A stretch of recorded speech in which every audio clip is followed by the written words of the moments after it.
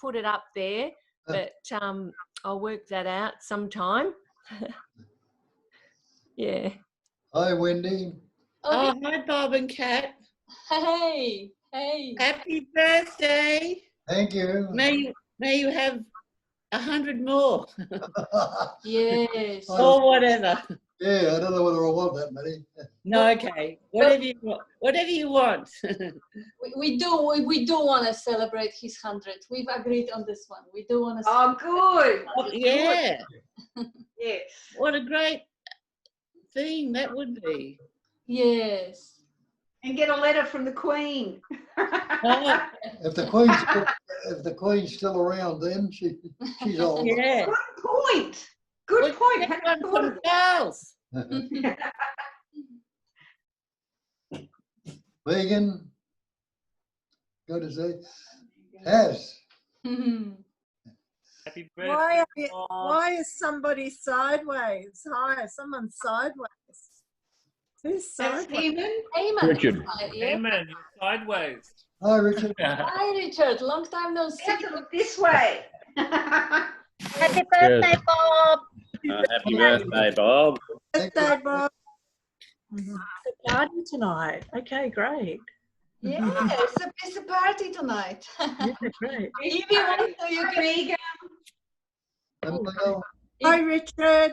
Hi, Jane. Hi, Jane. Hi. Happy birthday, Bob. You can unmute yourself and sing for him. Okay. Happy birthday, Bob.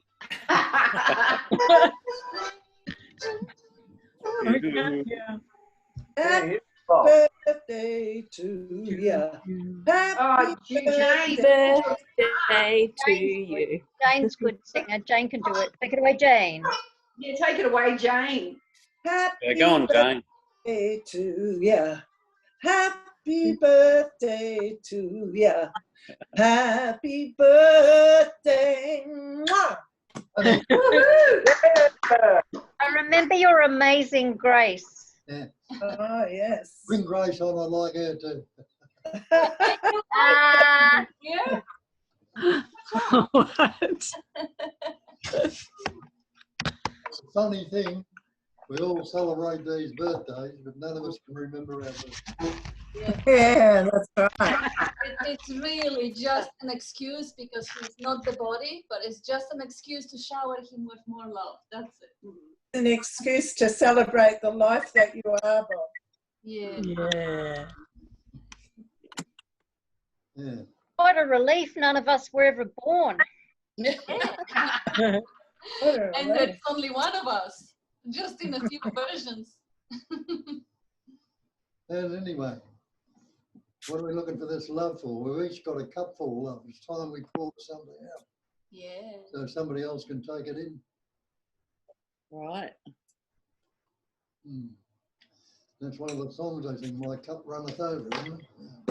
Yeah, my cup runneth over. Who's that one by? My cup runneth over. I don't know what the song's, isn't it? One of the ones. I'm not sure. Doesn't matter who wrote it or who said it. Doesn't matter. No, there's no. It's the importance of it. Good wishes and love Yeah. and respect. Mm. Takes us out of the hate, animosity, greed, and all that other stuff. Oh, because they're all the opposites anyway. It's all the one stick. That's right. I'm going to mute myself. There's no interference. Love you. Look forward to hearing. Love you, Jane. Bob, can you hear me? Yes. Happy birthday! Yeah. Thank you. Love the energy. Yeah. Nice. Hi, Bob. Birthday. How are things in your part of the world? Well, pretty good, really. You know, we're out and about. That's good. Not too bad. but I'm still doing a lot of cooking, bit of eating. Yeah. Yeah, no, it's you know, a few sunny days in the winter's been really good. Yeah, good. Yeah, you know, obviously South Australia's been doing okay with this whole pandemic thing.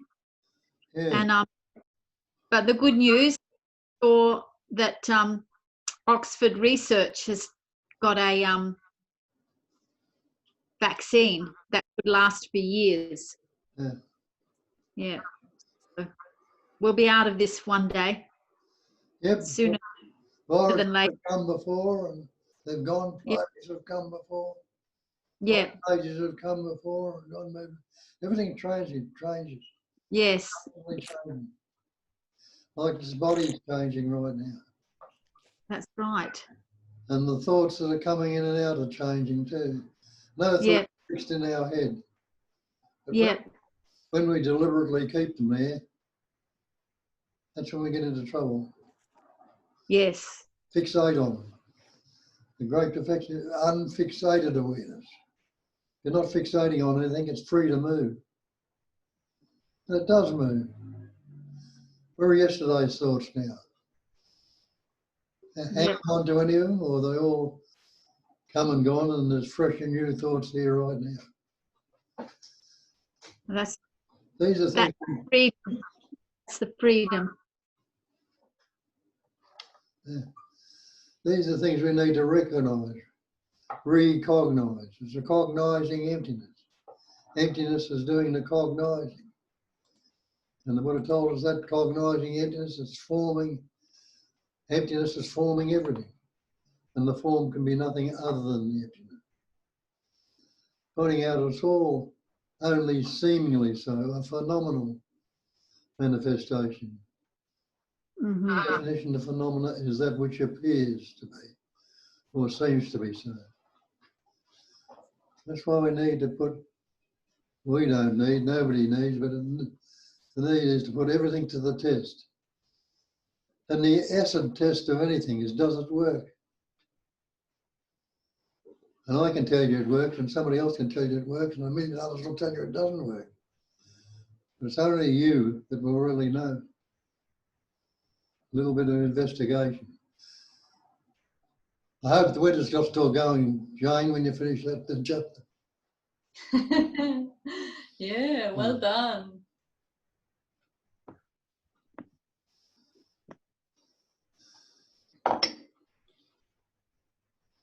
Yeah. It's for my puppy. And I don't know when I'm getting my puppy, so it might be a dog by the time it's finished.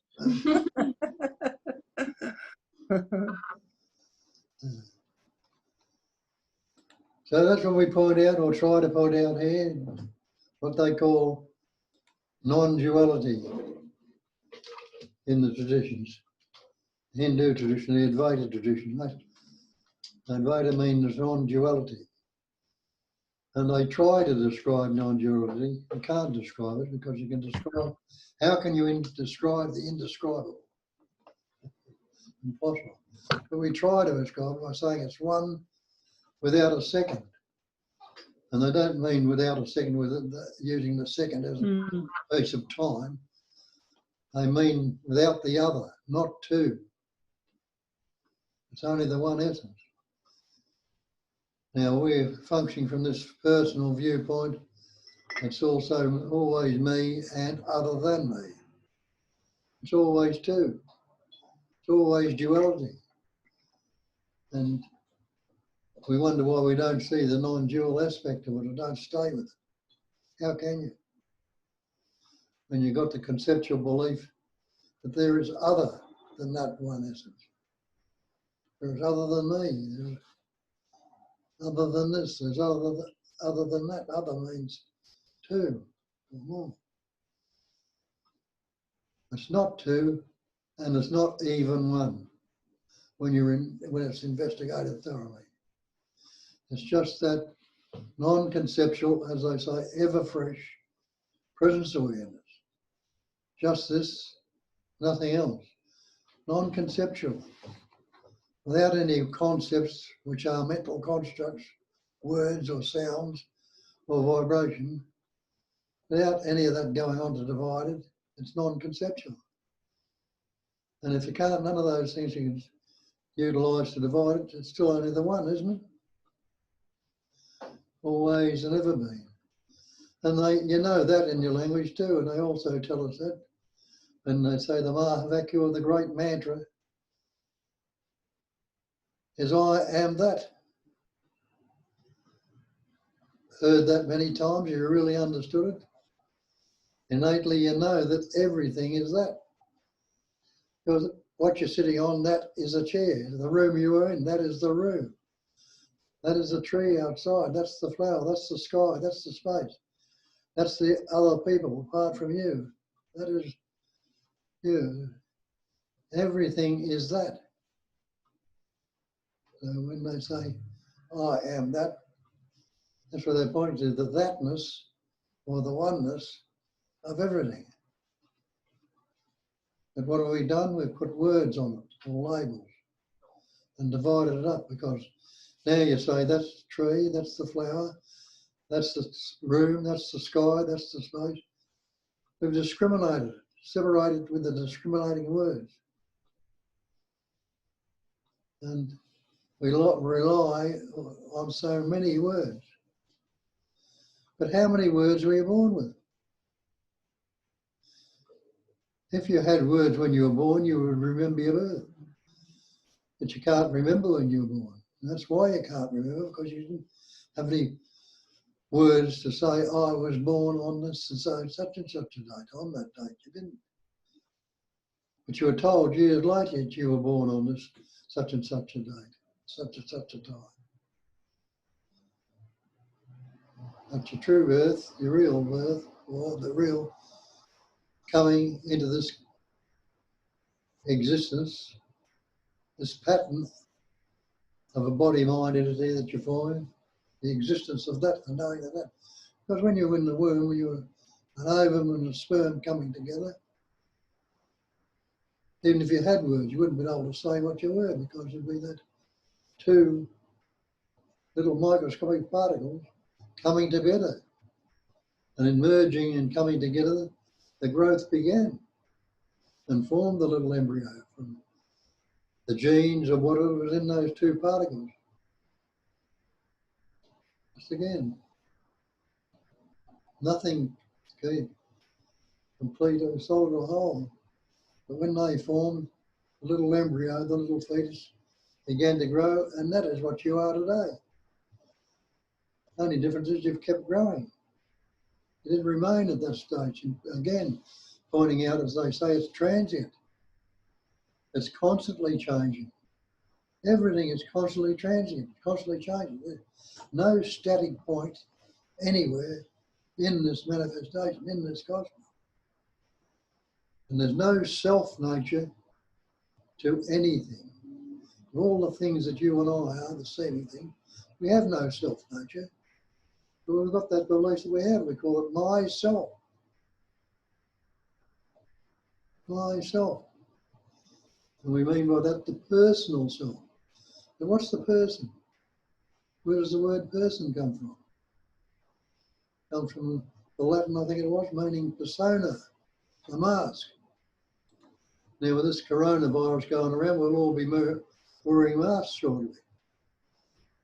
And you're going to say, I am the mask? Even if you say it 1,000,000 times, you'll know you're not it. So this mask of a persona, of a conceptual image you've got, maybe you're not it either. Have you ever looked to see? A false cannot stand up to investigation. And it can't. When you look at something and really look into it and see through it, if it's not the actual, if it's not the real, if it's not the true, it'll fall apart under that investigation. Like years and years ago when people stood on the shore looking out where the sea and the sky met, they were told, don't go out there, you'll fall off the edge of the earth. And it looks like it is the edge of the earth, doesn't it? When you look. And I've seen, have you ever watched the sunset, the sun go down, seems to settle into the sea, but you don't see a big cloud of steam coming up. It hasn't settled into the water at all. But the earth is not, it's not the edge of the earth out there. And you see that, and you know today, nobody would believe it today because it's been investigated, thoroughly looked into and seen. And even the sea, the water appears blue, but if I ask you to give me a bucket of blue water out of the ocean, you'd tell me, don't be stupid, I'm not going to waste my time doing that, because you're not so. But when you turn away from it, doesn't it still appear to be blue? Whenever you look at it, doesn't it always appear to be blue? And the same with the sky. In space, you look up in the sky and you'll see the blue sky, what you call the blue sky, it's a blue background, seemingly. But it's not there, there's nothing there, there's no colour in it whatsoever.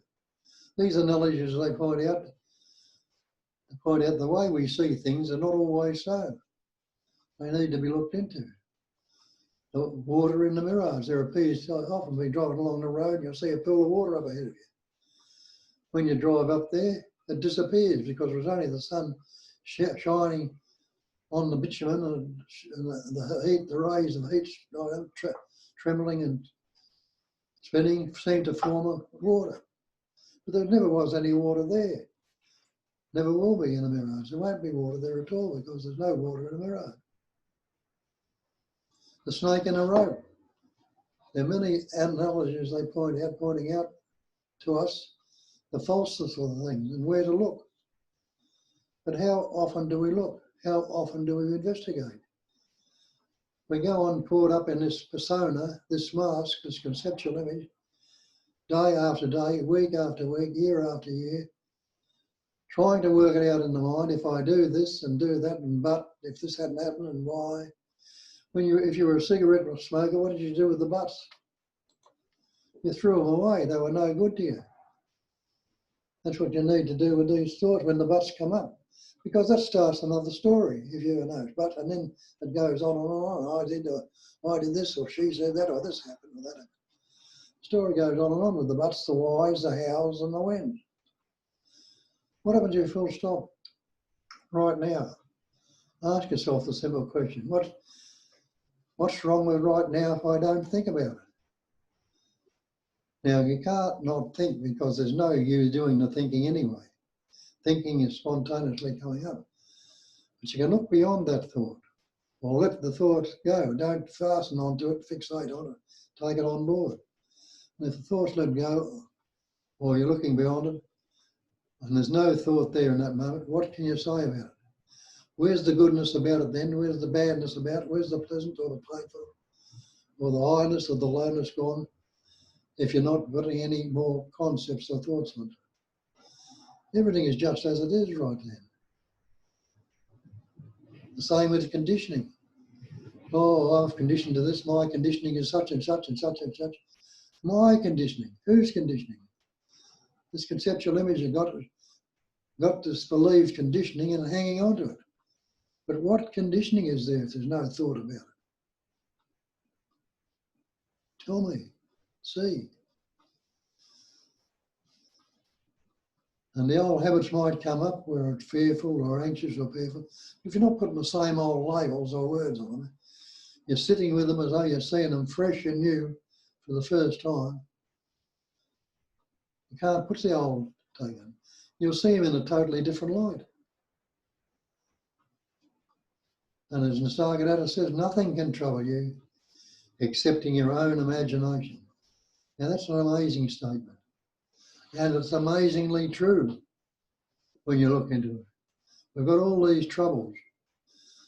And realising that all imagined. And what's your word that imagined? Image in. We've made up a mental or conceptual image, an image made up of thoughts and taken to believe, to be real. So the image, the imagined or the image has become real. Now there you are, you look at that and see the truth of that. You look in the mirror. And what do you see in the mirror? You realise you see nothing but reflections or images in the mirror. Now, you might be looking at yourself in the mirror. You'll see that image of yourself. Now, you can't say it's not there. But go up and try and pull that image out of the mirror, you can't grasp it. Because when you go to grasp it, there's nothing there. So you can't say it is there because it appears to be there. And you can't say it's not there because when you grab it, you can't say it is there. So it either is or is not. It's just seemingly appearance. Now, realise when you look at that, this is what we're doing with our thoughts. We're imagining this concept to be real, or this one, or this is a good one, this is a bad one, this is happiness, this is fear, this is depression, this is anxiety, this is stress, and all these mental constructs, which we put the words on, all the labels, taking them to be real without question. And we carry them around for years. Now, you didn't have any words when you were born. And you see now that the word's not the thing. Take the word water, you realise you can't drink the word, you can't swim it, you won't drown it, you can't wash it. So the word is not the real.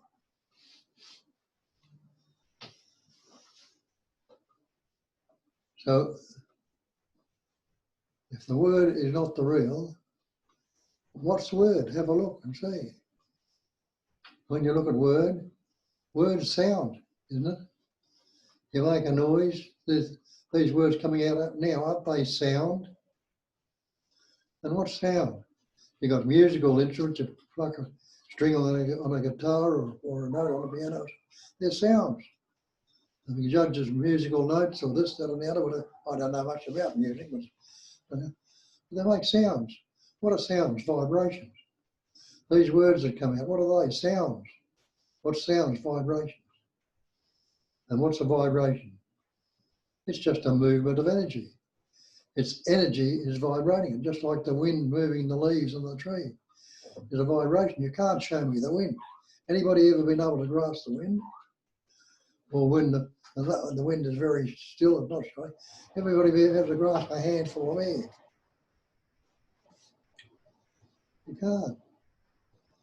But it appears to be so. You can see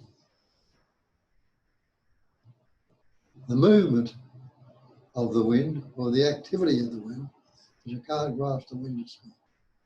It's moving leaves, it's blowing branches around, it's causing waves on the oceans, doing all sorts of things. Sound is a vibration, and the vibration is a movement of energy. So these words, sounds coming up are energy. The breath you're taking, when you breathe it in, it makes a sound. Sa, sa, ha. Soham is the Soham mantra. The incoming breath and the outgoing breath. It makes that sound of itself, a vibration. And that goes on spontaneously and naturally. And a vibration is nothing but a pattern of vibration and movement of energy. Now, what is energy? Well, another term for energy is light. You've got a generator going now somewhere that's big transformer, something is going on, and every bulb in your room and other lights and computers and things like that are coming from that vibration, that energy, which is light. And that's why they call it enlightenment, or the love light in your eyes, the light of love. Everything is that energy or light.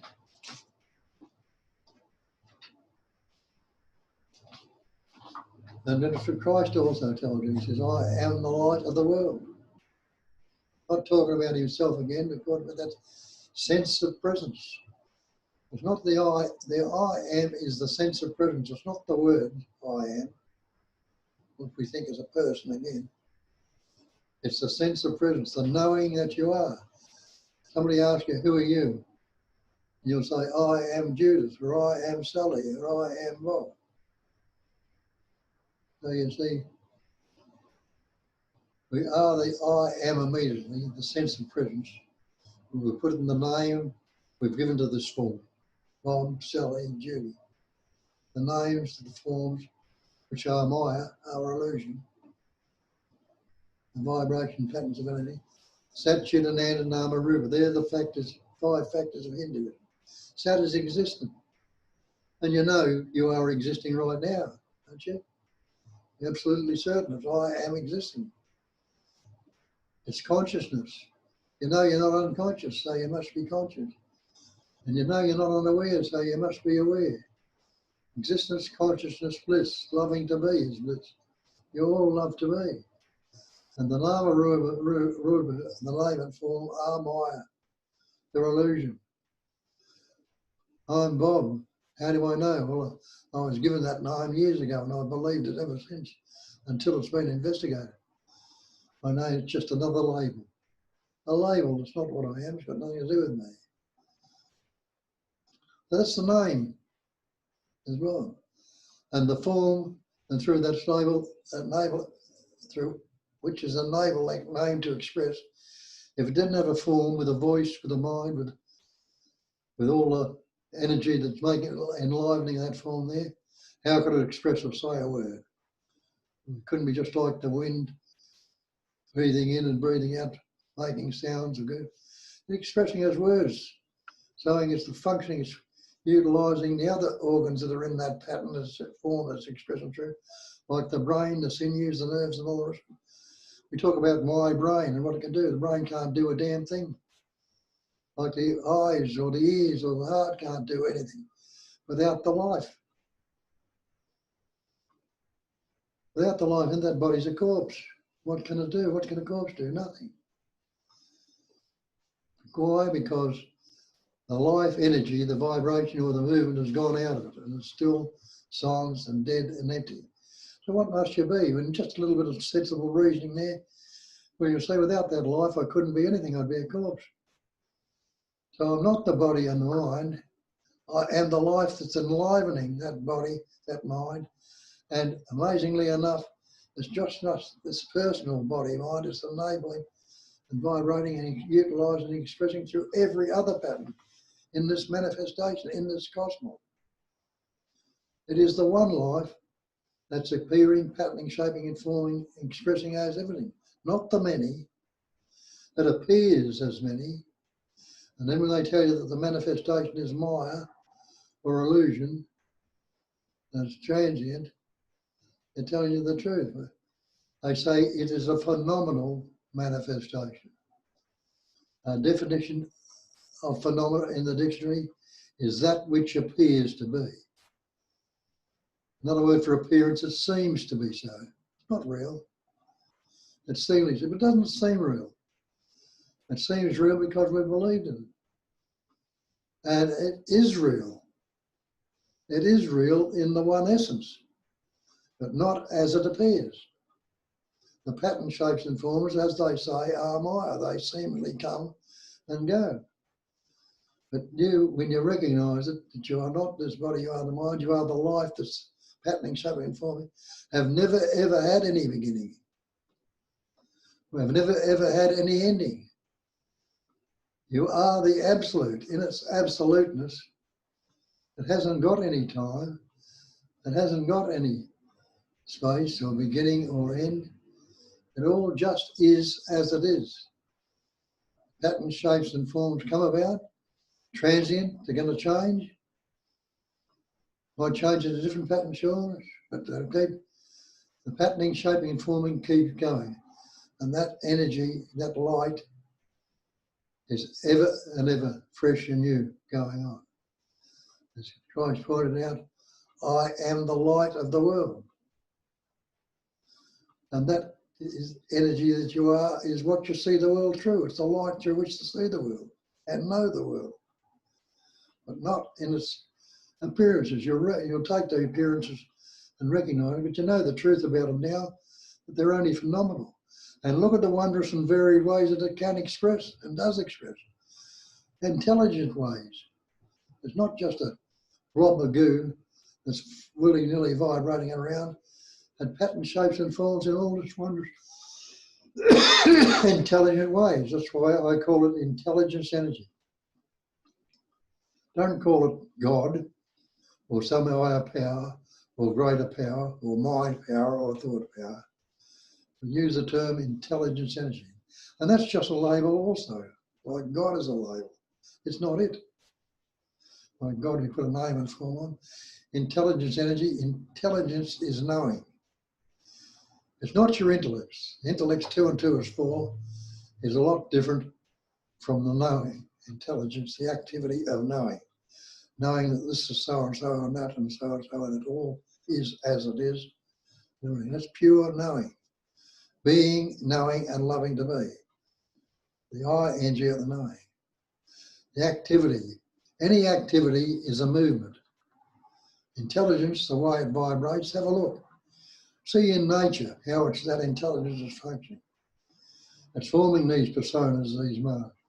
It's forming an earth that they're walking on. It's forming the space that they're appearing in. It's forming everything on this manifestation or in this manifestation. Everything is forming. And the way they're forming and working and functioning implies they're suffused with an intelligence. They're not accidental or willy-nilly. They're suffusing with an innate intelligence, innate vibrating pattern of energy.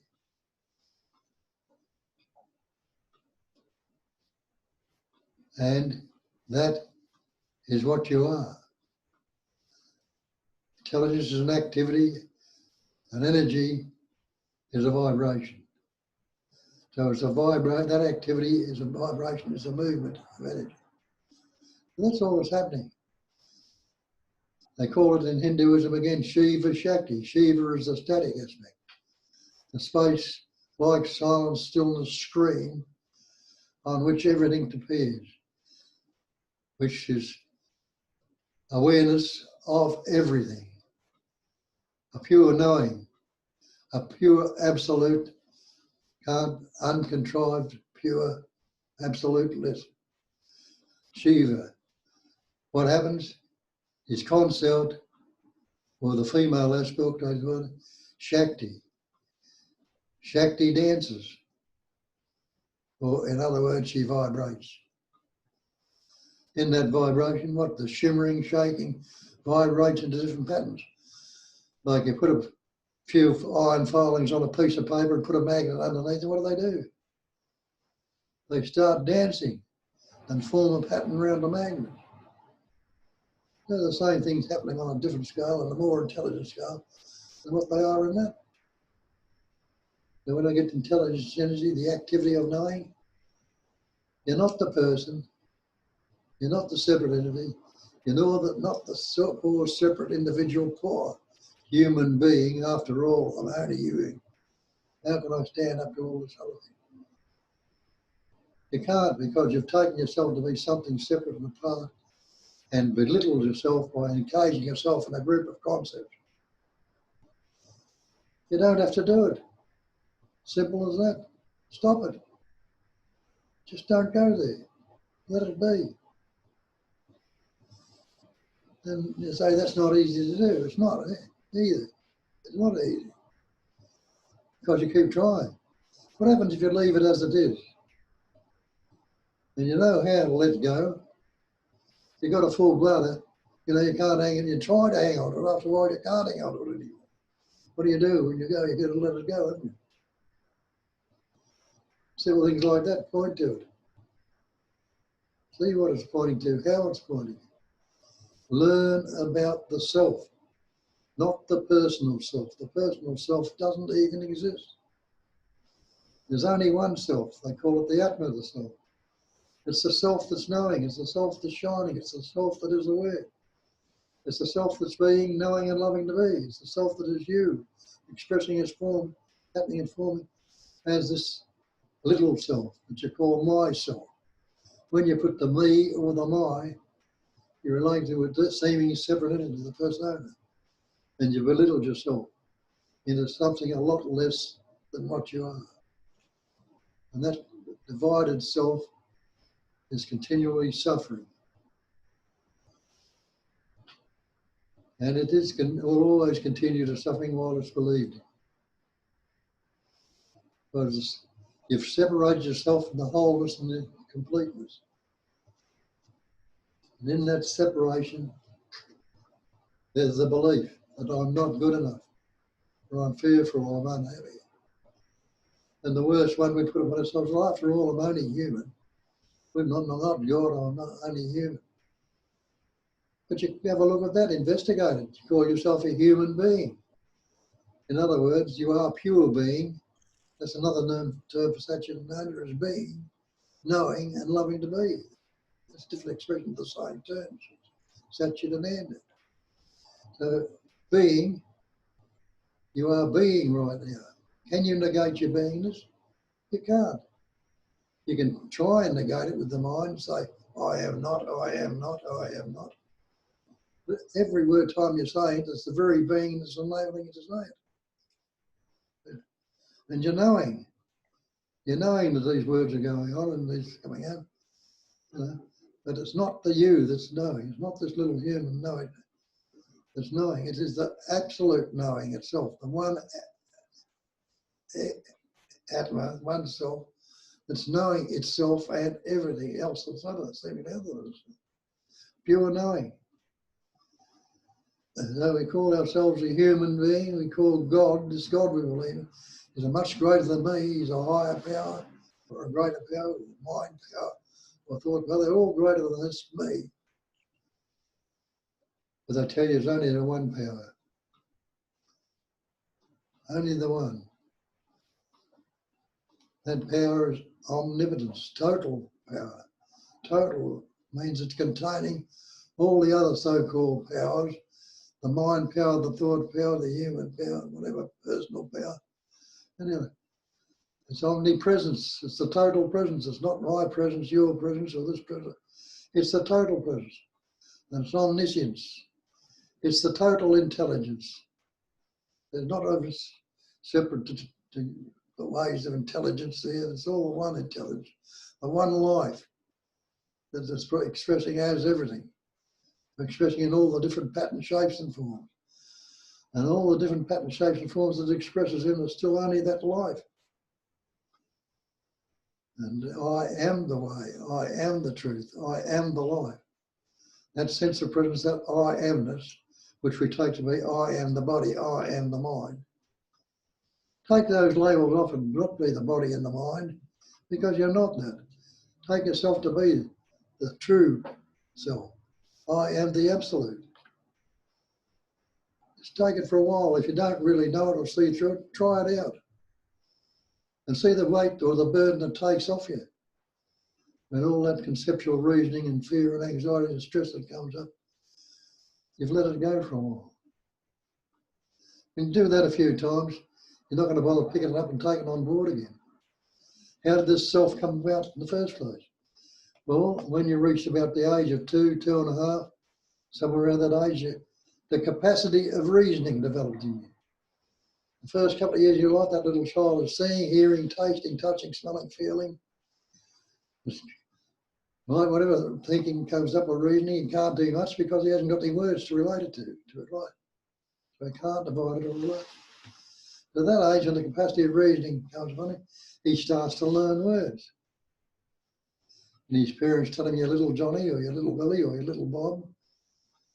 And he starts to read, and that somebody tells you that I am, and this is, so he learns words like I and me, and other words. So with that reasoning, he starts to say, this little Johnny or Billy they're talking about, this is me. I am little Johnny. And that's when I've set up the sense of separation. But when that little, look out there, that little Johnny looks out there, and he looks beyond it and he says, sees something that he hasn't learnt words for. And he reasons, that's not little Johnny. That's not me. And so now he's got the idea of something other than I or me. And what happens, he feels separate from it. Where before, when he's just seeing everything as it is, there was no separation. It's just what it was. Now he feels that sense of separation. And with that sense of separation comes insecurity and vulnerability. Now, instead of being the totality, you become an insecure and vulnerable, miserable little human being. And that's reinforced from then on. And the parents keep reinforcing your little son, Johnny, yes, so and so, you this, that, and the other, do this, don't do that. Then he goes to school and the teacher at school does the same thing by him. And everybody around him is doing it, and he starts to reinforce himself. I am Bob, and this is so and so, and I like this, I like this, I don't like that. This is good, that's bad. And I'm adding all these concepts onto myself and dropping off other concepts and adding more on. Constantly changing, constantly fearful, constantly insecure, constantly vulnerable. There can be moments of happiness, joy, and sadness, but then the thoughts come in, but what if this happened? And I start off with another story. And anticipation, imagine the buts and the whys and the ifs now, and get locked into it again. So it's being reinforced day in, day out, every day, every night, every time, all the time, over the years. See why it's so hard to get rid of now, or seemingly hard. Because it's been reinforced day in and day out without question. Our parents never told us because they didn't question it. But down through the ages, there have been some few that have realised it in one way or another, have questioned it and seen through it. And they've passed it on to whoever was willing to listen to it, and not everybody was. And they'd only had villages then, they didn't have ways of communication that we have today. And so a few would hear it, and others would hear it. And they started to write all the traditions and scriptures about them. And all the great religions formed around what these few different ones have said. And what have we done? We've set the ones up that told us and pointed it out as saints, sages, saviours, seers, and gods in some cases. And we worshipped the messenger and missed out on the message. Instead of taking notice of the message that you are already that, and you're only that, that's all. They worship the messenger. Now, I touch his feet, if I worship him, or I pray to him, or repeat this mantra he's telling me about, I will become that. Well, you wouldn't be here if you hadn't tried a lot of these meditations and practices before this and read a lot of things. Why haven't you become that? Mightn't it just dawned on you that maybe I've been looking in the wrong direction? I've looked into this thoroughly and never found the answer. And where have I been looking? I've always been looking into the mind for it, looking for the next story. What about this book? Or what about this theory? What about this one, this psychoanalysis or whatever other practices they do? Nerve transference or God knows what, hypnosis. Always looking in the mind for the answer. You know, have a look at some of the great traditions again. And they'll tell you, you'll never ever get peace of mind. And that's what we're looking for, peace. The mind can never be at peace. And when you realise that yourself, you'll know it's so. Because the mind's always vibrating. Another thought is always coming up, another feeling, another emotion. And it might have just dawned on you then, well, maybe I've been looking in the wrong direction. And I've been always looking in the mind. Well, what way is there out of the mind? And you don't have to be a road scholar to see that either. Every direction you look will always be in the mind. Always. And there's only one way out of the mind. Full stop. Or as they say in America or the States, period. Don't go there. Just don't go there. Don't go looking in the mind for the answer because you won't find the answer.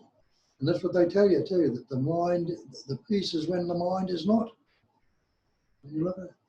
And they describe that by calling it the peace that passes all understanding. Now, any understanding you've ever had or ever like to have has always been in the mind and always will be. Understood it mentally or conceptually. It's not the peace is not there because the peace that passes all understanding means it's beyond all understanding. So you'll never ever get it with a thought, with a concept, with an idea, with an image. Just don't go there. And if you ask yourself, what's wrong with right now? If I don't think about it, to do that, you've got to try and look beyond the thought or pause the thought for a moment. Get over it or behind it one way or another. And see. And realise when there is no thoughts, and you've had moments when there are not thoughts, and you'll have moments again. When there are not thoughts, what can you say about it? Without a thought, you can't say it's good. You can't say it's bad. You can't say it's happy or sad or high or low. You can't say anything at all about it, but there is a sense of well-being. There's Nasaka that says of being well. And he says, I can only put it negatively. There is nothing wrong with you. Right and wrong are disappeared. Good and bad are disappeared. Pleasure and pain are disappeared. It's just as it is. What is means it's unaltered, unmodified, uncorrected. Just as is. This is a part of the verb to be, like am, is, are, and what. So what is means it's unaltered, unmodified, uncorrected. Tells you in the Hin Sing Ming, another beautiful text on non-duality. It's a Hin, it's a Zen text, I think it is. But it's still basically pointing out the great way is not difficult. We've been on this search for years and thinking how hard it is. But it tells you in those two words, the great way is not difficult. And it tells you in the Lao Tzu, or the Chinese teaching, tell you, the way that can be thought about or spoken about is not the way. Again, you're not going to get into the mind. The great way is not difficult for those who have no preferences. Now, we all have preferences. But without any preferences, it's not difficult. When love and hate are both happens, and that's how the mind functions in the good and bad. The love and hate, the pleasure, pain, the good and the bad, and we always have preference for one or the other. So that's when it becomes difficult. We're looking for the good, and we have to ignore the bad, and the bad's always going to appear. But the great way is not difficult for those who have no preferences. When love and hate are both absent, they're not talking about just love and hate, they're talking about the pairs of opposites. They can't put all those pairs of opposites into the text, or it'll go on forever. So they took out two, explicitly when love and hate are both, everything becomes clear and undisguised. The mask's taken off. If you haven't got the mask on, you're not disguised anymore. And it's clear. When there's no cloud obscuring the sun, the nature of the sky is clear. When there's no thought going on in the mind, there's a clarity there, a sense of well-being. Like I said, make love and hate and both, everything becomes clear and undisguised, like the smallest distinction, however, and heaven and earth are set infinitely apart. The smallest distinction. That means if you go to one end of the scale of the stick or the other end, you're making the distinction. You're lost in the pairs of opposites again. So it goes on from there. That's how you read it, and you'll see it's beautiful. It works it out. You get the taste of what it's saying. It'll tell you what you need to know, like a lot of other things. Anyway, that's enough of my carrying on. Thank you all for your birthday greetings. It's been a wonderful day. And I love you all, amazingly enough, this evening. Thank you for being who and what you are. I know who and what you are, even if you don't, which you can do. Love you. Cat can have a go now, and then you can have a go yourselves, because each of every one of you had taste of it. So tell us all about it, what you see. The way I put it, there's many different ways it can be expressed. And there'll still be more and many, but express it as you see it. But the old scriptural saying is, know the truth and the truth will set you free. That's where the freedom, with the freedom is the peace and joy. Right now. See you. Hi everyone. Hi to everyone who joined. Yeah, I don't think you actually need me today because we have 40 minutes to go. That was a nice, beautiful, loving entrance and then nice, beautiful, loving spiel. And now if any of you would like to join in and jump in and chip in and contribute, because that's what is the most enjoyable, I believe, when the message comes through another channel, when it is when something in you resonates and some of the pointers really land and strike home, and now you put them in your own words. That is the same message, that is the same life, expressing in different words. It's no different, it's not inferior to what Bob is saying, it's the same one. It's good for you to express it because you are just leaving open door, open channel for that intelligence, that life to pour out and express through you. But it's equally wonderful for everyone else because they may hear it, and it often happens when someone change a word or change the accent or highlight a particular aspect of a pointer, it is heard much better by other people. I mean, not necessarily better than what Bob originally says it, but it is kind of highlighted from a different angle. Any of it, any pointer, any insight that you have or any question that you have, please unmute yourself and share it. That's also the best birthday gift for Bob. You've seen him, how happy he is, how happy it makes him when there are fruits of his work. And you sharing that unique, beautiful, simple, basic message is the fruit. It brings the great joy to his what seems like a life mission, although there is no mission or goal, but it just seems like that's what life wanted from him for the last 45 years, almost as long as I live. Hi, Bob. Happy birthday. Hearty felicitations for your natal day. Thank you. Yeah. So what is it, 92? That's right, yeah. Yeah, it's a big age. It is beyond my original beliefs. Oh, well done. Well, I haven't done it. Well, ultimately, life is you. So as for who you are, it's all yours. Yeah. Well, Not as a farm. As the person who I stuffed it up along here. That's right, yeah. Not as a form, as the essence. You didn't stuff it well enough, thank God. Always was a failure. Good.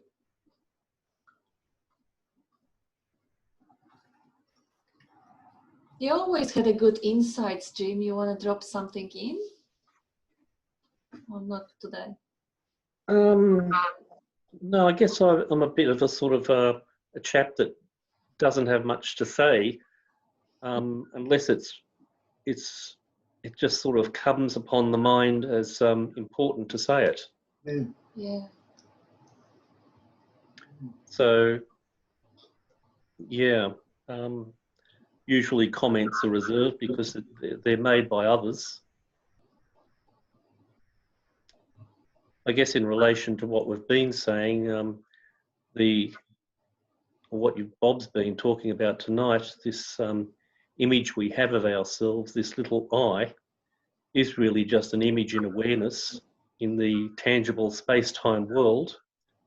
And that this image is neither real nor unreal, but we mistake it for our true identity, which is the awareness in which it all happens. And that what is out there is really just an image in awareness, a mirrored self-image, but an image nevertheless. So it's the awareness that is looking, and it is the identity that we really are. That's about my summary of it for the evening. Beautiful.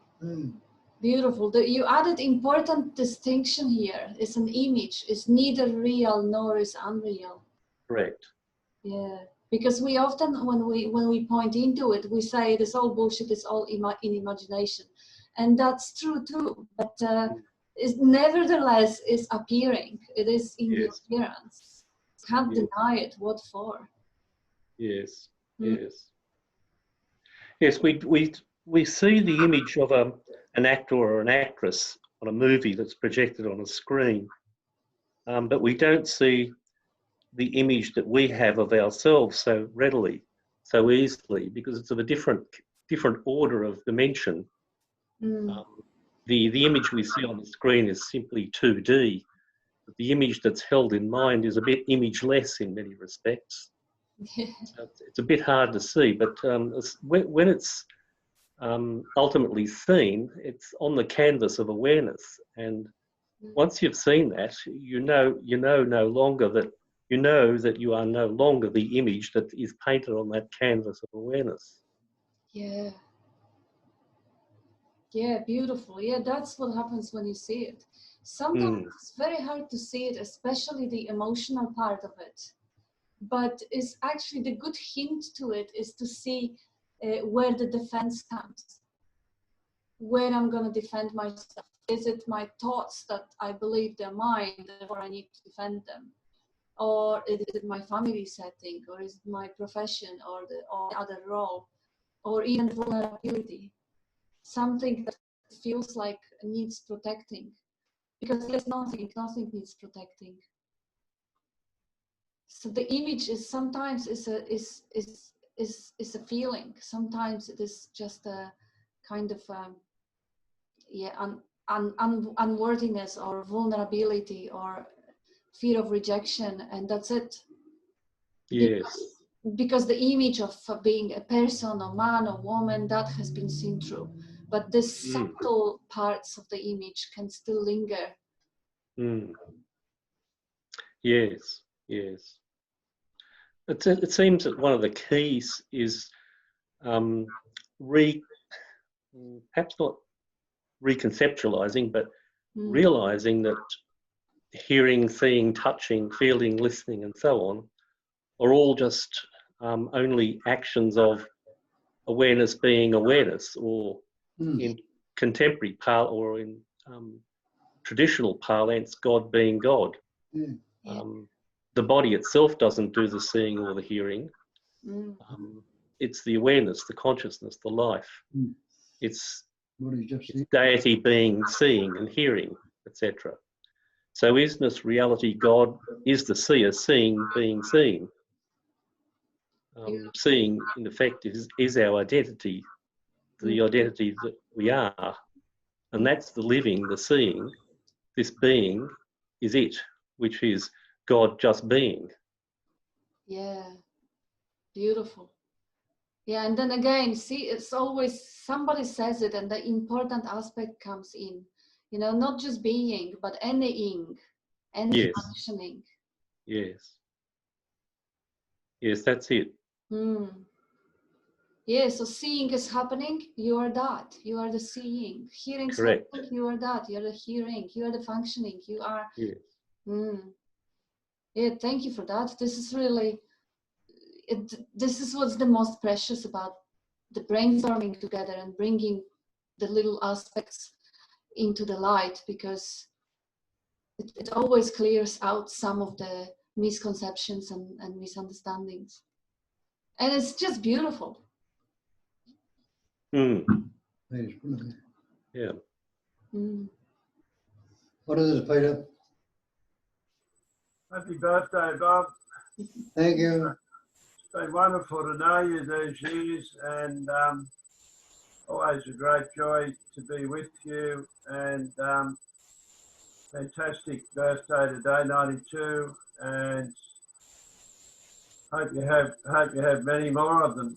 Who knows? None of us know, but that's a fantastic achievement for human life, and your life in particular. And you've given a lot of joy to the planet, around the world, and great gratitude for your work. And I always get a great sense of freedom when I'm with you, and also that immediacy of realization is here now. It's immediate. We don't have to bring in time. Endless practice to get somewhere that we already are, as you always point out.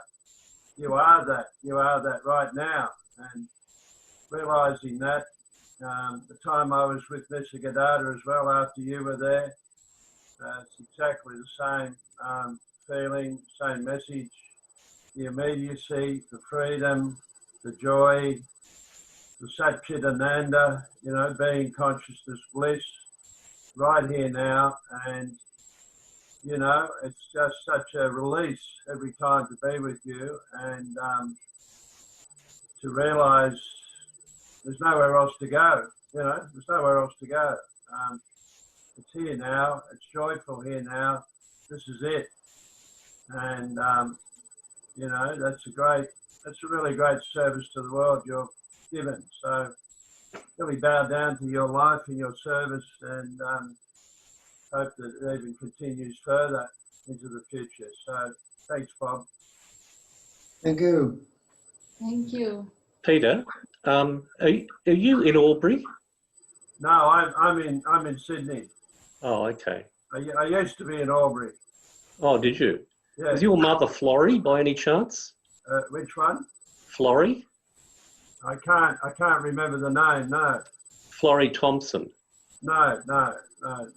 Different person. Sorry about that, folks. Yeah. I did live in Albury for a year. Okay. So, yeah.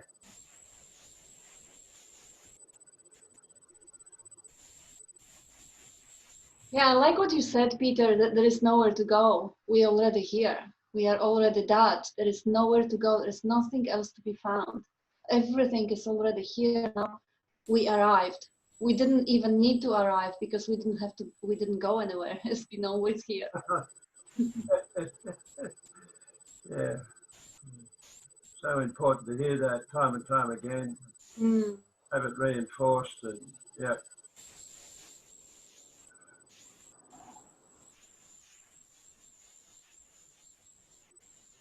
Happy birthday. So it's beyond all words. We're using words, but really it's a wordless transmission.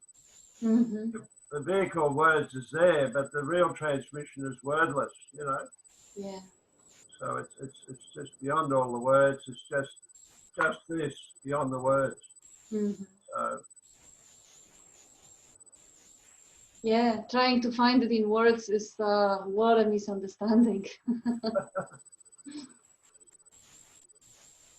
One could say words are appearing in it and disappearing in it, but it cannot appear in words. Words are flat, they're dead. Well, everything is life, but in a way, to actually, for the words to try to envelop or capture, encapsulate life is just an impossibility. It's like the silence cannot understand noise, or the noise cannot understand the silence. Words are noise.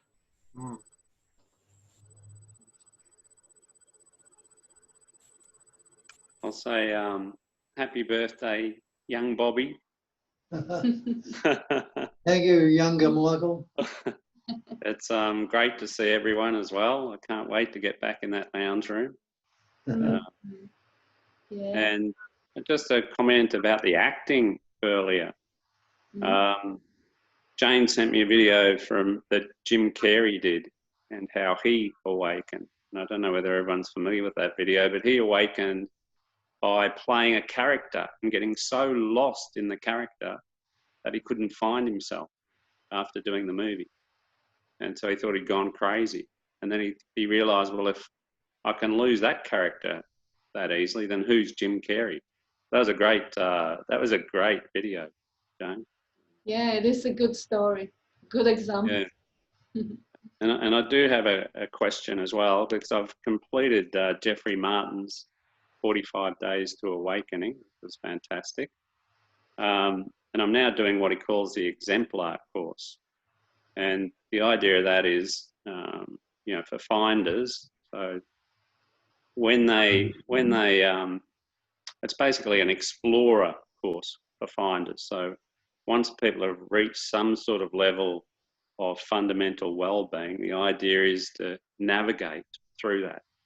So when the narrative self is gone, so he talks about fundamental well-being, the first location being just a feeling of being okay. So there's still a narrative self. And then he talks about different locations losing the narrative self. But the interesting thing as part of that is he has this planning exercise where you plan what you want for your finances, you know, for your environment, for your relationships, for your work. And it just seemed like a really big contradiction in many ways, because that's the sort of thing that I've been kind of letting go of very much. I used to overplan and, you know, over worry about the future. But he says that if you don't do that, then from his experience with what he says thousands of finders, some people will just lose all their money. You know, they'll be worth a lot of money, they'll lose it all, or they'll end up divorced, you know, and basically their life. And they don't care about it. They lose it all and they don't care about it. Yeah, so you have all your money and you seek it. Like, fuck, who cares about the money? Seeking is a disaster. I read the book. I didn't do any of the courses, but I read the book, Finder's book, because Bob was one of the people that Jeffrey interviewed. And was just curious, how is that book going to come out? And I read it and I enjoyed it. Yeah. But when he started offering the option of being a seeker again, I said, look, I don't go there. He started offering, okay, look, you can go to different locations, just desire. Just go back to desiring. Just go back to wanting what is not. Just go back to resisting the moment as it is right now.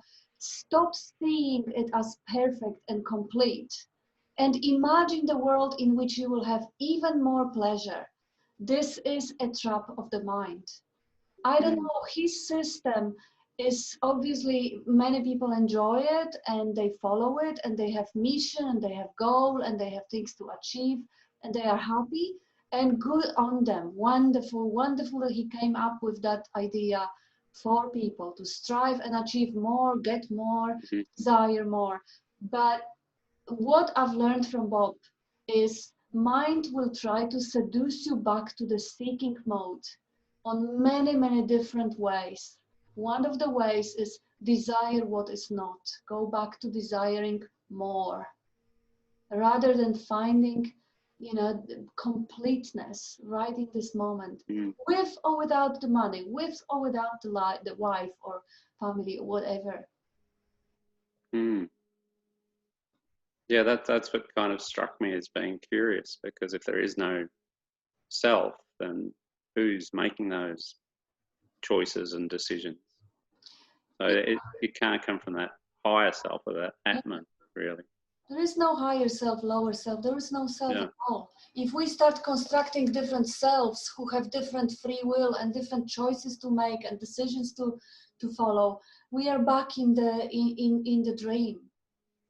But again, I think he's done a wonderful job. I really appreciate everything he does, including offering people more seeking and being happy. They already have that fundamental well-being, good on them. If they resonate with the need of seeking more, good on them. This is all life. Life is perfect in all its ways, including getting non-seekers to be seekers again. It is all perfect.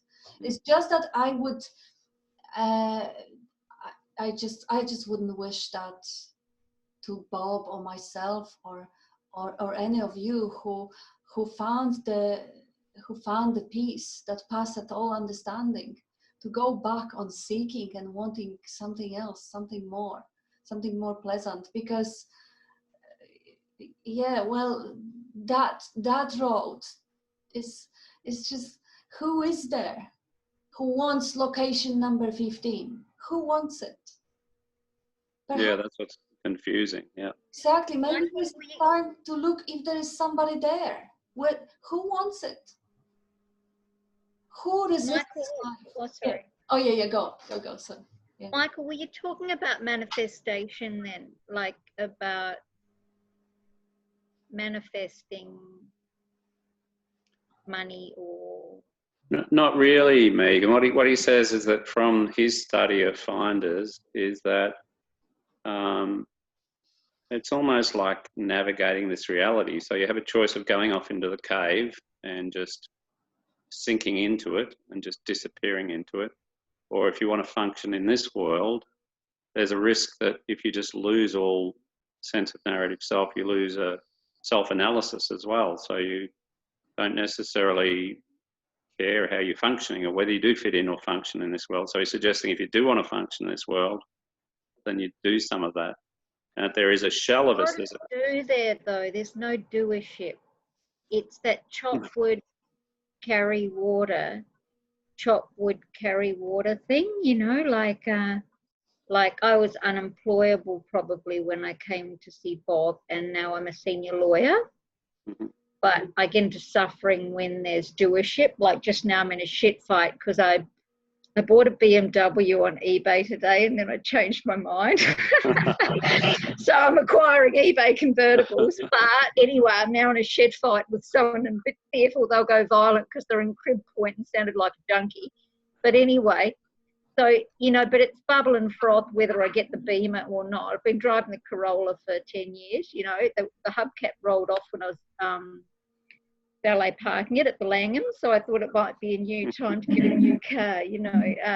But it's all bubble and froth, and there's the suffering is the doership, you know. That Bob has a story about, you know, try staying in that phone booth forever, you know, when someone said I might as well not do anything, you know.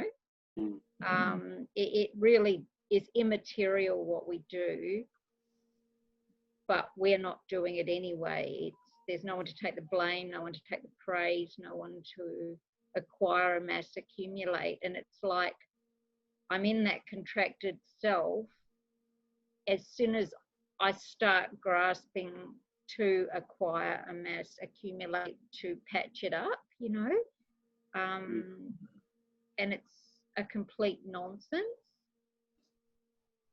because nothing's ever happened and nothing's ever wrong. Yeah. Yeah, so did seem a bit contradictory to me. It was surprising, but thanks for that, Megan. Yeah, thanks, Kat. But yeah, so the goal is just to let go and just sink in and just let it happen, whatever happens.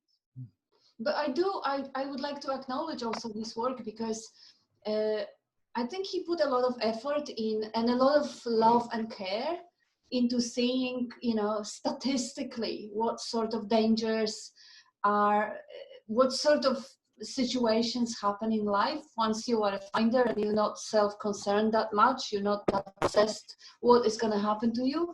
And I did see he was having lesson 0 on that Explorers course, which was free. And again, out of curiosity, I looked at a couple of his videos, and it was just so beautiful. He actually warned you. I hardly remember because my memory is not great anymore, but I think it was something what you were mentioning, that people can end up in their children's basement, being a potato coach, unemployed and unemployable, parasites on the society, and that's not really ideal situation to go through life. And the way he made those videos, him speaking to people, it just, again, this is life bringing certain aspects into the attention. So this one goes and brings your attention or your awareness into certain possibilities that when you look at them, the inspiration may happen and some following may also happen. And it doesn't mean that you are now the doer having a choices, but you happen to be in the presence of someone who is throwing that frequency of that message, of that, and the possible consequences of neglecting your own financial or health situation. So this is also how life organically resolves things. So on one hand, he is offering you to make conscious choices and navigate, which doesn't even fit the language of non-duality. On the other hand, he's really not doing it because he comes and sings his song, and you are moved by it or you are not moved by it. So objectively, nothing's wrong and nothing ever happened. In the language, it kind of it raises the red flag, as it did in me. Okay, so is he offering to want more? Like, come on. But on the other hand, bringing up all those warnings into the attention, who knows? Everything influences everything. and the birds singing and Jeffrey Martin and Buddha and even in his family, they all that same life. They all the same life expressing as itself. So if that is heard and that moves something, again, take the douche out of it and see what the body's moved to do. Where is the body gonna go? And that includes even the manifestations nonsense. You know, somebody finds in the presence of some inspiring message on manifestation and experiments with that and has results with that. And again, that's what does it. But if there is a narrative now that desires results or desires outcome, then that's nothing wrong either. It's just suffering goes with it. Suffering goes always with wanting what is not and not wanting what is. So I think, you know, like, you know how it says it's not a vacuum or a void? Bob talks about having an affectionate awareness towards the I am. So, you know, this notion of sitting in a cave and achieving enlightenment. I'd sit in a cave and I'd think about myself probably, and I'd get miserable. But, you know, like, it's all there, you know, it's not a vacuum or a void. It's all potential. There's not a trust. I don't know. There's just some kind of leap. I don't know what happened, but it's not a me having a faith, but it was, I don't know how to describe it. I had a fear of letting go of the entity, like, who am I without my character defects? Who am I without this reference point? How will I operate? Will it all go to hell if I let go of me? And all that got let go of was psychological suffering.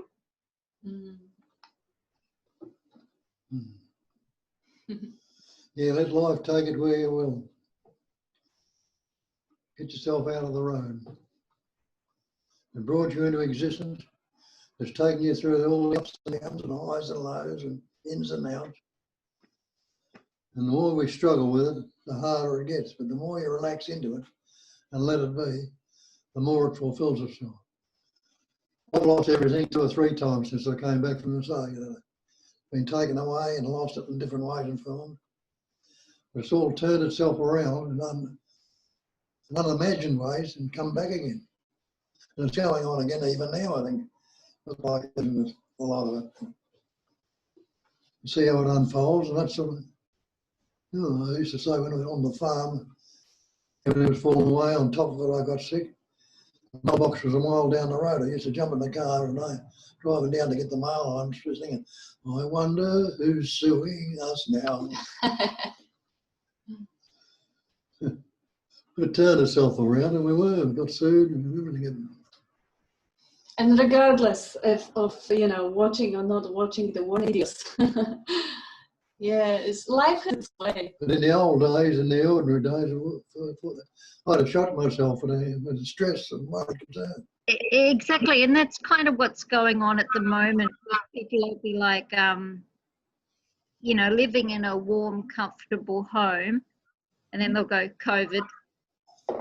You know, like that's an insurmountable deal for today.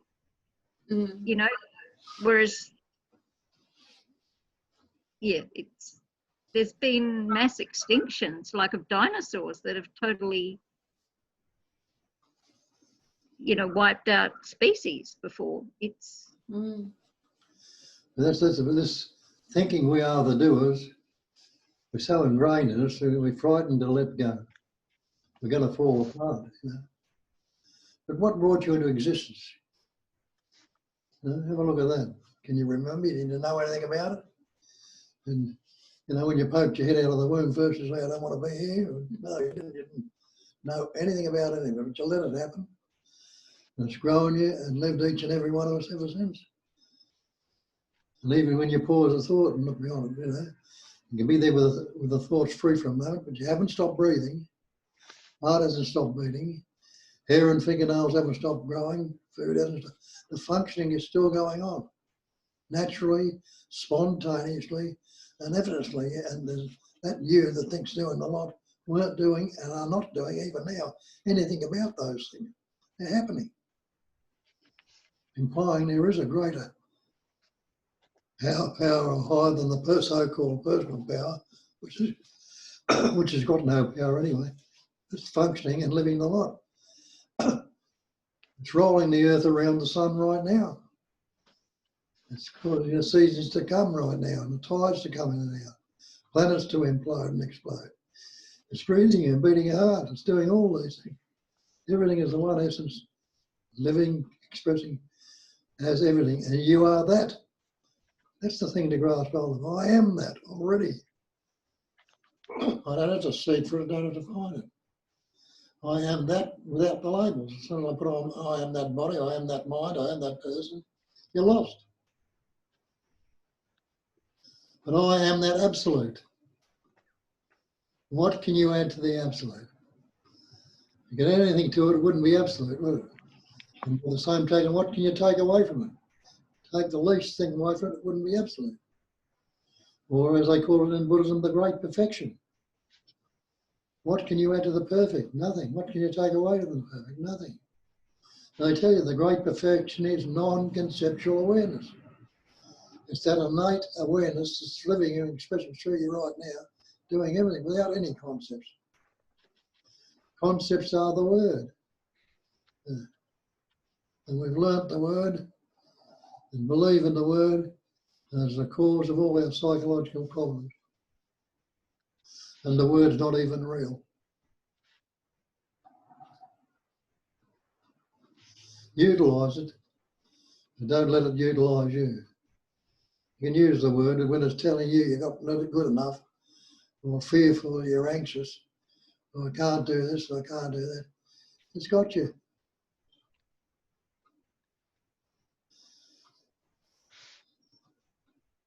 There's a simple injunction offered in Genesis that may help. Be still and know that I am God. Yeah. Mm-hmm. That's exactly right. And Simone Weil, the French philosopher, offered some counsel that may help as well, where she says attention is the rarest and purest form of generosity. And if we learn to give attention with that in mind, as it were, it can purify the being of the dross that has accumulated. Beautiful. This is beautiful. I love that. Yeah. Yeah, don't waste your attention. Don't spend it in a stupid way. Don't Frivolous manner, yes. Don't feed the weeds in the garden. Feed the flowers. And you can't be attention. What you can do is recognise your inattention. And from that point in the recognising your inattention, it must be from attention.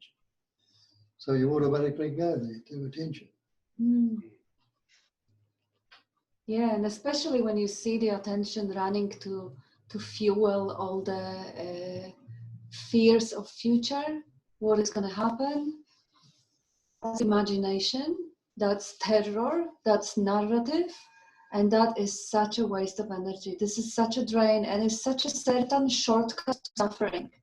Take future, be afraid, think what can go wrong. Yeah, that's a brilliant, very, very good, effective recipe for suffering. Whilst if you actually really see, like you say, Jim, attention as a gift, as a precious something that, yeah, like what you say, generosity. Be generous, give your attention to what's worth it. And present moment is always available, rather than feeding the imaginary fears or brooding in the shames and guilts of past. And it doesn't mean not to be self-reflective, because we don't really have a saying if the self-reflection comes or it doesn't come.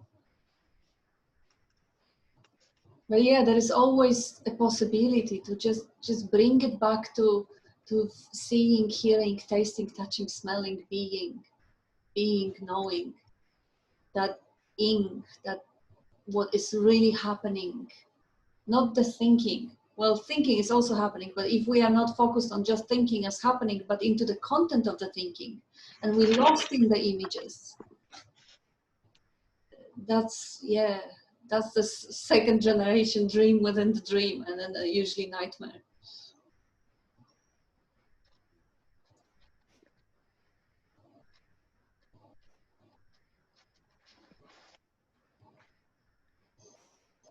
Yeah.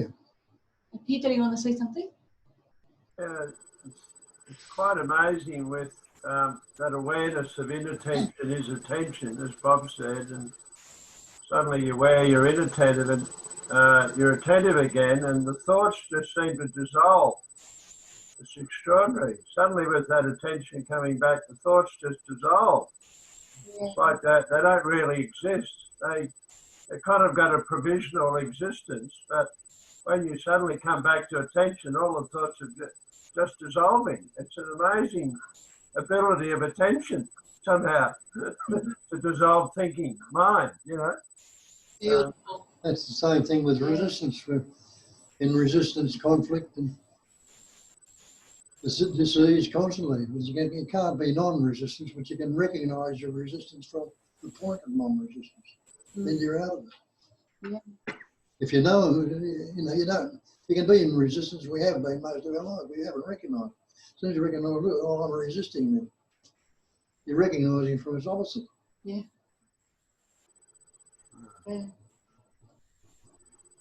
Yeah, but I liked what you said, Peter, about that quality that bringing everything back to presence has, that bringing the attention back to life, to home, where it belongs, and the thoughts become so insignificant. They a joke, like who they just dissolve, starved with attention, because they just can't. They don't have a fuel anymore.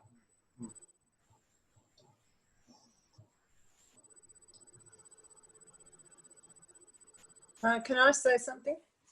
Please. When you were talking about love and light, Bob, that we're love and we're light, a memory was triggered here about a song that I wrote when I was 18. And it was, I'll just tell you the words of the song. It was, I saw an old man on the road. I asked him his story. He told me. We talked for hours and hours, and then I saw that love light explode. So when you come to the love light land, where everything flows, when you come to the love light land, everything's going to be all right. I know. Beautiful. Happy birthday. Yeah, beautiful. Thank you. That was a bit prophetic there, Jane. Yeah, beautiful. Yeah, it just shows that there's no time. So I was 18 and I wrote that, and yet I know it was written about Bob. Amazing. Yeah, and I'm now 67, and what Bob said then just triggered that, and I remembered those words. So everything's spontaneous. Yeah. And there's no time. Yeah. And yet there's a knowing. There's a knowing. That's all. Jane, what do you say about the train? I forget. What? What do you say about the train and the station? Oh, the train and the station, that's a Paul Hederman quote.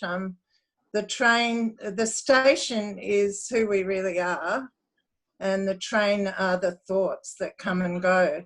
The station is always there, and it never moves. So that presence awareness is like the station that never moves. And the thoughts, as so eloquently put by Peter before, they just come in and out and dissolve and come in and out and dissolve and come in and out. That's the trains, if you like, to use that metaphor, Yeah. So another way of putting it is we are the context, not the content.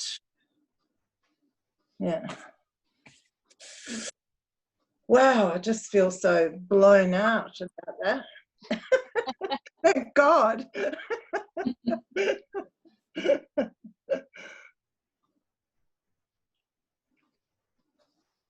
Yeah, thanks for that analogy, Jane. I like that. I've heard it before, the train and the station, because now I can laugh at myself, which I do anyway. I laugh constantly, but I can imagine that train coming in with all the thoughts, and you'll laugh at this, Cat and Bob, you know, trying to see me standing there to stop the train all the time, trying to stop that train, trying to stop that. That's a good analogy. I'll be able to see that one next time those stupid thoughts come along. Yeah, brilliant, brilliant. That's actually really wonderful for you, Judith, to actually see how futile it is trying to stop the thought, trying to stop it. It's just complete. Not only you don't have that much power, you don't have any. It will smash you and scramble you, the train. But only you as a body, you as a station are completely unaffected. So that's the depth of you, who you truly are. The tomato sauce, how you like to call it, that is not. Yeah, she's making a fun of a word, source. Source sounds like sauce. So anyway, it's who you are is a station in that analogy. Don't need to stop the thoughts. Just let them come and go. Who cares? Hey, everyone.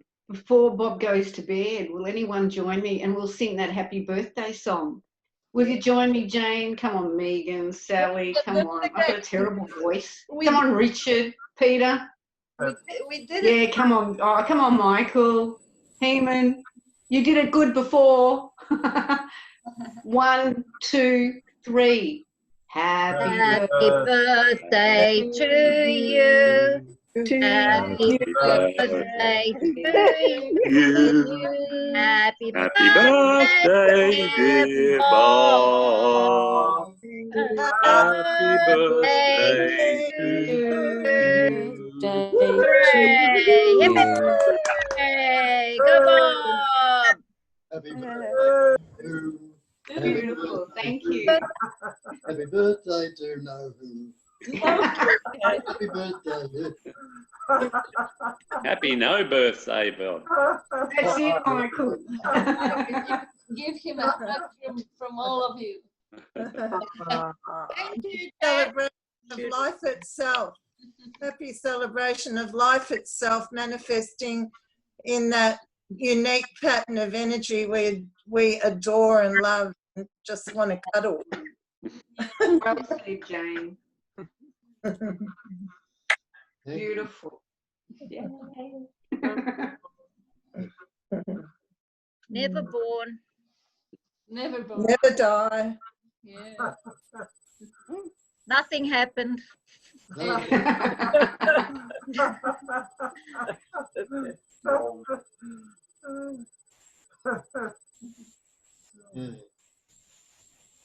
Love you, Bob. Love you. Yeah, love you. And Kat. And thank you. Thanks, Bob. Thanks, Kat. Thank you for the wonderful day. Love you. Bye. Love you. Bye, Jane. Thank you for Love my you. Bye. Bob. The cake was delicious, Kat. Yeah. Yeah, I wanted to try that cake It was It's almost next gone. time. Yeah, I'll make it again. Next time. Yeah. We'll have a big COVID celebration when we can all go to Bob's house. yeah. And we'll have Yeah. cakes and all sorts of things. Yeah. Betcha. Yay. We'll come and invade your place. Looking very psychedelic there, Michael. Very psychedelic, Michael. I've got even better than that, you know. If I don't have, the trouble is if I don't have that on, I've got such a bright light and a mirror behind me, you won't see anything. Oh yeah, that's good. I'd rather say that. Yeah. But you should check this one out. It's even better. What's this one? if it'll come on. It's like fractals. Oh, That's cool. oh, that's a good one. Richard Okay. used to come on some galaxy. Richard, where's your galaxy? Or the solar ellipse or something. How are you, Richard? Very good. How are you, Richard? Good to see you. I'm enjoying seeing you all again. Yeah, you too, John. Been I too didn't long. recognise you with the beanie.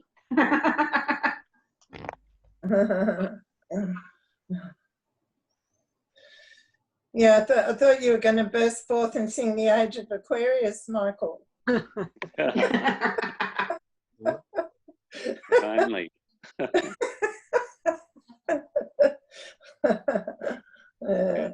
Anyway, love you. Take care, all. All right. Good Bye-bye. night, all. Thanks, Kat. Good night, Bob and Kat, and Bye. thank you. Yeah. Really happy Bye. return. Good night. Bye. All the best for your Bye. Talk to birthday, you tomorrow. Bob. Sure. Bye. Bye. Good night, Bob. Good night. Good night. Enjoy the night, Bob. Goodbye. Goodbye, Kat. Bye-bye.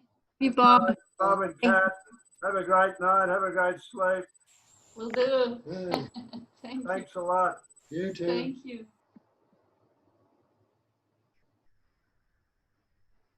And Barry just came in. So I don't know, Barry, if you hear us or not, but we are just closing down the meeting. It usually starts at 7:30, 1.5 hours ago. So you may wish Bob happy birthday and then we'll go. And this has been recorded. Yes, it has been recorded. It automatically records. Yeah. Okay. Very good. Yeah, I don't usually put them up anywhere, the Zoom meetings, because I don't know, it's just so many of them. But if you like, I can put it on YouTube. If you like to listen to it again or something. Yes, I would. Okay, I'll put it on. Mm-hmm. Hello, Bob. Yes. Hi, it's Mandy. Just wanted to wish you a happy birthday. Thank you, Mandy. And we have, we have a couple of messages here. Kavita is wishing you happy birthday also. Kavita wishing you happy birthday. Yeah, And thanks, Kavita. James, could you please repeat, Simon, the behavior quote? I think it's too late, task's gone. And talk about the seemly doubt. Oh, Kavita, we'll have to catch up on this one some other time. I'm really sorry I didn't read it before. Happy birthday from Tony. And Megan, Nisargadatta said, the only way you can help someone is to take them beyond the need for further help. And Bob never looked back. Beautiful, that's true. And there is one from Barry. As far as I know, Nisargadatta meditated on the I am sense, the sense of me, and within 3 years realized his true nature. Do you suggest doing that practice or just listening to the talks will do the shit? The sense of presence. Yeah. I don't know. Sense of presence is the I am he's talking about. Yeah, so Barry is asking you, do you suggest what Nisargadatta did, staying with the I am, sense of presence as a practice? Yes, well, you don't have to practice it, just Yeah, give it the recognition. Recognize that the I am is a sense of presence. It's not the words. It's not the thought. Just staying with that service. So anyone doesn't know that I am right now. Yeah. That sense of beingness or presence is with you right at the start. Stay with that without going into the concepts and ideas. Yeah, and the other part of the question, would you suggest that practice or just listening to the talks will do the shit? I don't suggest any practice because who's the practicer? Yeah. Who's the one that practices? Just to seeing it and doing it, practicing it goes on by itself. If you've got the personal idea there's a person, got to repeat this or practice that, well, yeah, it's still in the same old trap. But seeing that that's going on naturally, just like the breathing, like the so-am routine, is going on every breath you take, you're silently saying it. So-ha, so-ham. So-ham means I am he. Or put it the other way, if you start with a ham, so, that's he I am. Every breath you're taking, if you listen to it quietly and hear what it's saying. And ultimately, I would say it is always the Sadguru, which is the inner guide. Like if there is any resonance happening when you are listening to the talks, then your heart will just guide you there. You just won't be able not to. That's how it happens. If the listening to the talk is only on the top of the head, only intellectual, doesn't really do much, or it's just the entertainment for the mind, that will also be known. If not straight away, that will become clear. But what Bob says, recognizing that I amness, moment to moment, doesn't have to be over time, doesn't have to be certain amount of time. It is just out of time. Recognizing, giving the attention to that primary I amness, the being, which is flavorless, tasteless, shapeless, formless, but is undeniable.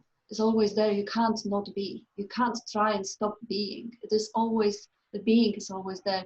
It's just that the attention is scattered around all the thoughts, images, and sounds, and everything else, that this basic screen doesn't really get any recognition. So recognizing that basic screen, or that emptiness on which everything appears, that presence or existence without which nothing would be possible. Yeah, that is, and it always happens within here. It's always, like one could say, it is, you say you have to see it by yourself. Nobody can see it for you. Nobody can do it for you. So the inquiry is it's almost, one could say, personal journey, if not for the fact that there is no journey and there is no person. But that has to be recognized. That's why you can't see it from yourself, because we're all things. You and I are things. Can something come from no thing? No. So how can one thing tell another thing what to do? Yeah. No. But resonance may happen. It's the animating life essence within you, the intelligence energy that's living and beating out. That knows. It takes you, it's taking you to looking at this stuff for starters. It's taking you away from the ordinary functioning life, so it's got you already, but you don't realise that. You'll still be out there doing the same old as you did for years. But it moves you where you've got to go. Same what took me. It took me 15 years to get to Nisargadatta, and I hadn't even heard of him when I went to India. And I didn't want to go and see anybody else. I was with Muktananda at the time. I was loyal to Muktananda. But the situations took me beyond that. People pointed them out to me, but I didn't want to go there. And I went into a bookshop one day and looking for a book to read, and I could generally pick out a book. I pick it up and read in a couple of pages, and it would resonate with me. I said, I've got to read this. All the books I grabbed, nothing resonated. So I'm walking out the door, and a fellow behind the counter said, you've got to read this book. It was I Am That. Now, I'd been offered that book at the ashram many, many times. It was being loyal to the Guru and knocked it back. This time I said, well, this is too much of a coincidence. I'm seeing it too often. I better follow that what it's pointing to. I did. Picked up a couple of pages and read it, and it resonated. And his address was in the front, so I went round there straight away. And he told me the same thing I'd heard many times. You're not the body, you're not the mind. But this time I heard it from him. And I said, I'll never be caught up in the mind again. I walked out the door and I was, but it wasn't the same. I had seen through it. And once you see through something, you never tasted it, you can't go back to the old way. You can never truly believe the old ways again. So you'd investigate again and have another look. And each time I did it, it'd get clearer and clearer. Like when the clouds dissolve around the sun, there's more clarity in the sky. Or when the thoughts dissolve in your head, there's more clarity there. And sometimes I've got to kickstart the mind into thinking again to get it quiet. But the thinking can go on, and I'm not bound into it. And the energy of belief doesn't go into the same extent. So it's not the bother it used to be. It can be useful in some occasions, but it can be self-destructive in a lot of others. Just leave it as it is.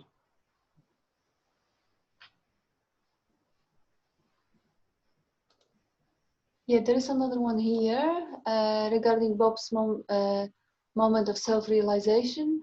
if you could talk about it a little, what that particular moment was like. Did Nisargadatta say to you that you are not the body, and suddenly there was this spontaneous shift dawning upon? That's exactly what you were just explaining now. Yes, and I think that's it. Yeah. That was it. Yeah, that was Barry. And this was an hour ago. I mean, an hour and 20 minutes ago. Yes. Yes, but you just said about, you just explained that one. Yeah, so, happy? Okay, so we're gonna be here back again in a couple of days. So if you want to join us, you're very welcome. Very good. Good night, everyone. Yeah, good night. Thank you. Good night. Love you. Thank you. Love you. Good to see you.